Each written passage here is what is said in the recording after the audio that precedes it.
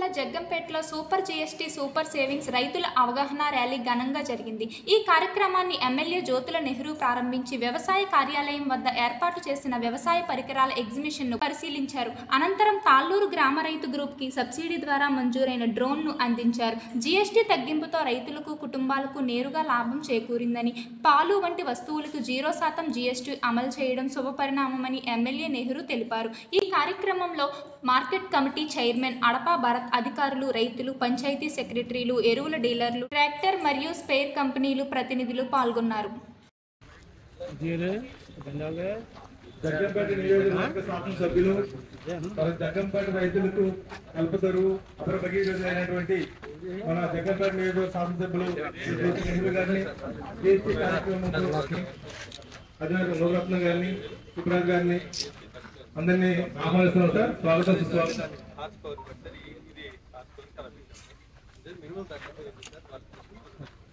మరి ఈ రాష్ట్ర ప్రభుత్వం రైతుల పక్షపాతి అని ఇంకొక విధంగా మరియు ఎగ్జిబిషన్ స్టాల్స్ తిరస్కరించడానికి చేయడం జరిగింది. అది ఏ విధంగా తగ్గించారో, ఒకదానికి ఏ విధంగా ధరలు ఉన్నాయో అని శాసనసభ్యులు వారు స్టాల్స్ కలిగిస్తున్నారు.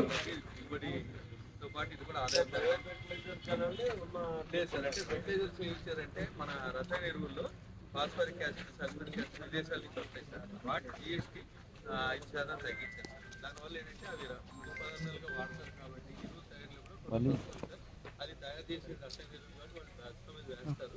ఇది మన ఏదైతే సబ్సిడీ వచ్చే పరికరాలు ఉన్నాయో ధర తక్కువ ఉంటాయి కాబట్టి రైతు సోదరులకు తెలియజేస్తాం. ఆర్గానిక్ మెన్యూర్,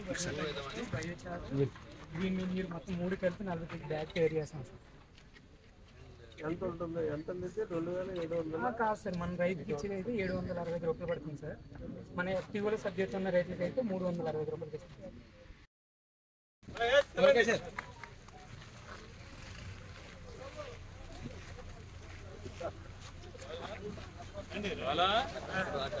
మార్కెట్ యార్డ్ దాకా మీరు ఎవరితో మాట చెప్తారు బాబా.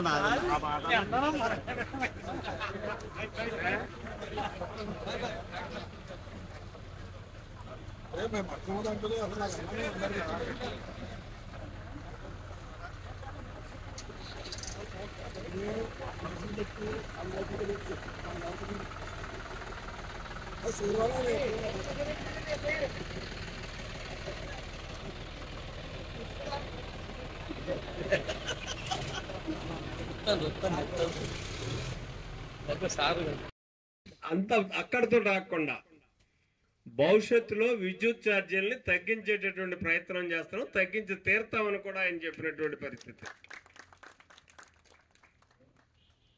అంటే ఇది ఒక మంచి ప్రభుత్వం అని చెప్పడానికి అన్ని కూడా నిదర్శనం.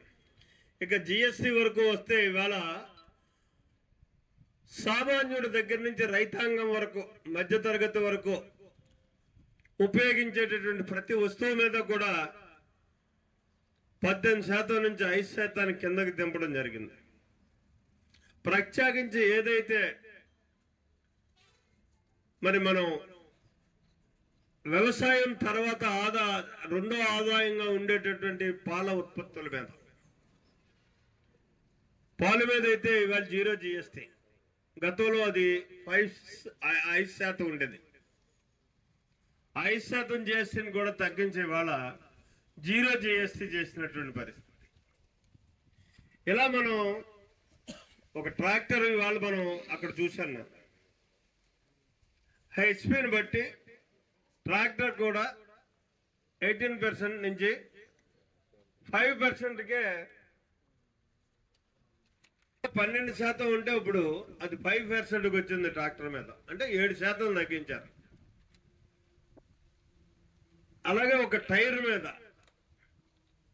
ఇవన్నీ కూడా మనకి రైతాంగానికి ఉపయోగపడేటటువంటి కార్యక్రమాలు అవసరమైనవి. 18% ఉంటే దాన్ని 5% తీసుకొచ్చారు. ఇక్కడ ఏకంగా 13% తగ్గింది. అలాగే డ్రిప్ ఇరిగేషన్, స్ప్రింక్లర్స్ ఇవన్నిటి మీద కూడా 12% ఉంటే 5% చేసి 7% తగ్గించారు.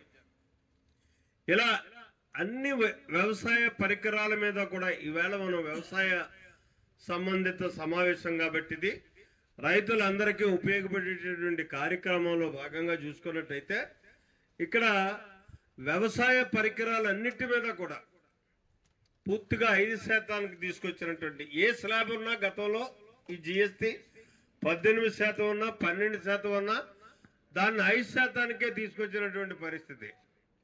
ఈ 5% తీసుకురావడమే కాకుండా మరి ఈనాడు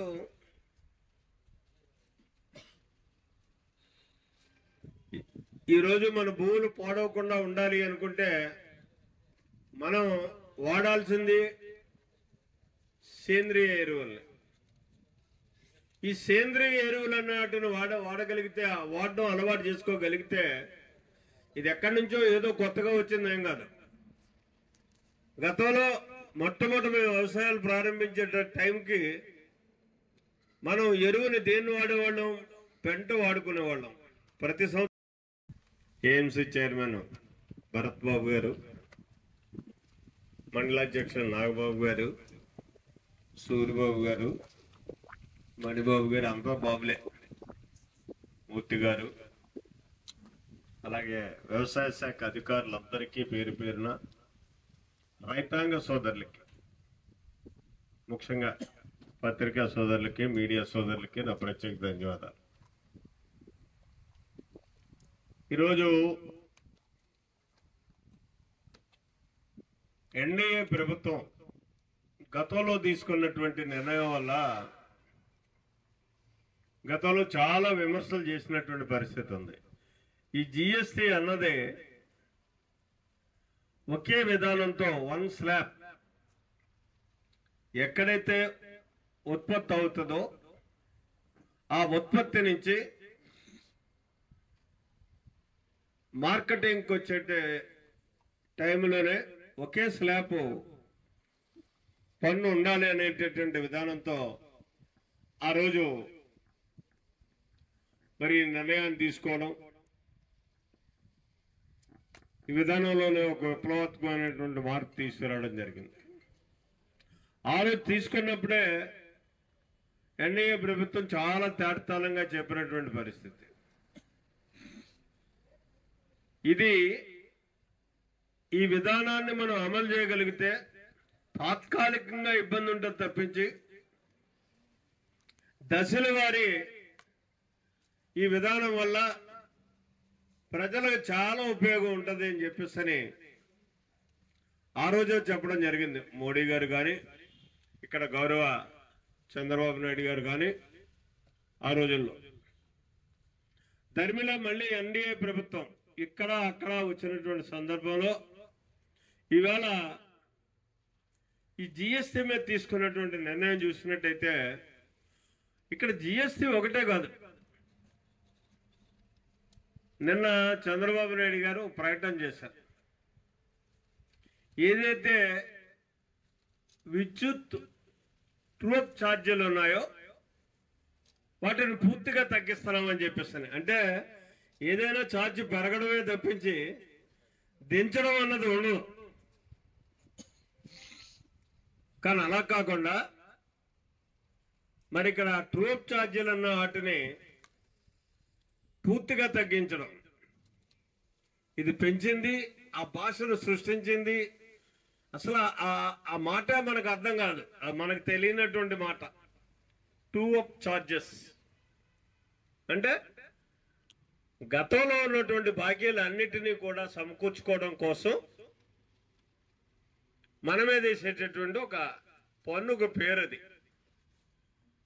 దాన్ని విద్యుత్ శాఖలో దాన్ని కూడా ఇవాళ పూర్తిగా తగ్గించినటువంటి.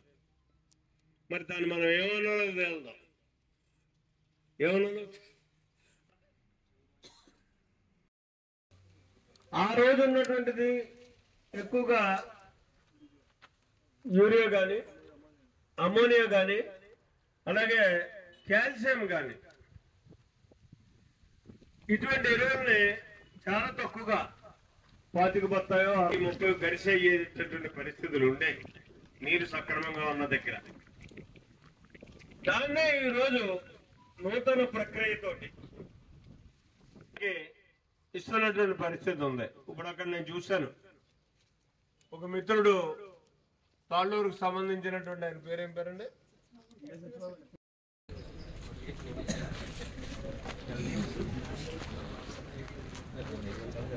వచ్చేవాళ్ళు ఈ మినహాయింపుతో